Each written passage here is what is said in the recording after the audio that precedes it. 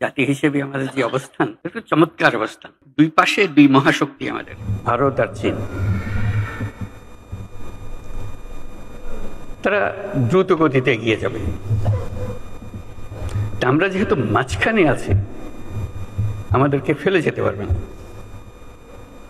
তাদের বাতাসে আমরা উঠতে থাকব। সেই থেকেই আমার বদ্ধমূল ধারণা বাংলাদেশের ভবিষ্যৎ অতি চমৎকার, তার অবস্থানের কারণে। তখন দুই জায়ান্টের কথা বলেছিলাম, দুই মহাশক্তি। এখন আর দুই মহাশক্তির কথা বলি একই সঙ্গে, চার মহাশক্তি। আমাদের কি অপূর্ব সুযোগ! আমাদের সামনেই বিস্তীর্ণ মহাসাগর, আমাদের উপকূল ভূমি, সাগরের সঙ্গে আমাদের লাগোয়া উপকূল। এই একটা মস্ত বড় সুযোগ। পৃথিবীর দরজা আমাদের সামনে খোলা। আমরা একদিন ব্যবহার করতে জানিনি। এখন যে মুহূর্তে এটার ব্যবহার শুরু করব, আমাদের অর্থনীতিকে লোহার দড়ি দিয়ে বেঁধে রাখতে পারবে না।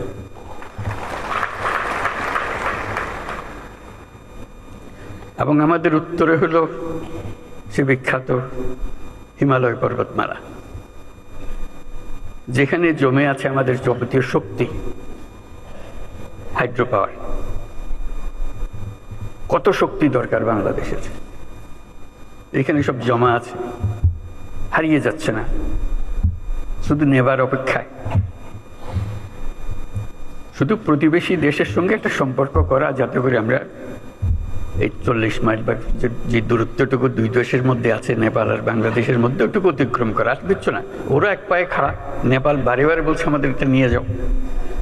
আমরা এক পায়ে খাড়া নেবার জন্য মাঝখানে ওইটুকু পথ অতিক্রম করার সুযোগ আমাদের এখন দেওয়া হচ্ছে না।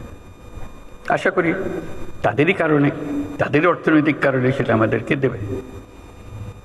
এটা সবার মঙ্গলের জন্য, কারো একজনের উপকার একজনের অপকার এরকম কিছু না।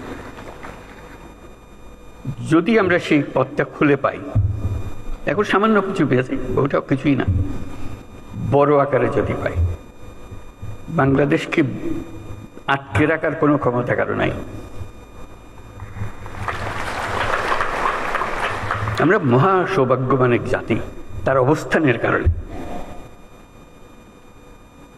সেই জাতির দুঃখ কেন থাকবে আমি বুঝতে পারি না। এটা আমাদের কপালের দোষ,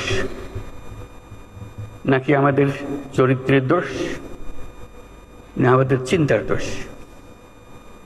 যদি হয়ে থাকে, সেগুলোর থেকে আমরা মুক্ত হই। আমরা তো তড়িৎ গতিতে এগিয়ে যেতে চাই।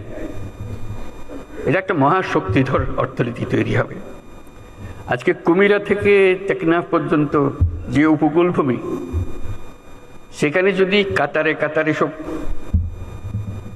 নৌবন্দর স্থাপন হয়, মাতার বাড়ির গভীর সমুদ্র বন্দর পর্যন্ত যদি আমরা দুনিয়ার সব জাহাজকে আশ্রয় দিতে পারি, তাদের কাজ করার জন্য সুযোগ সুবিধা দিতে পারি,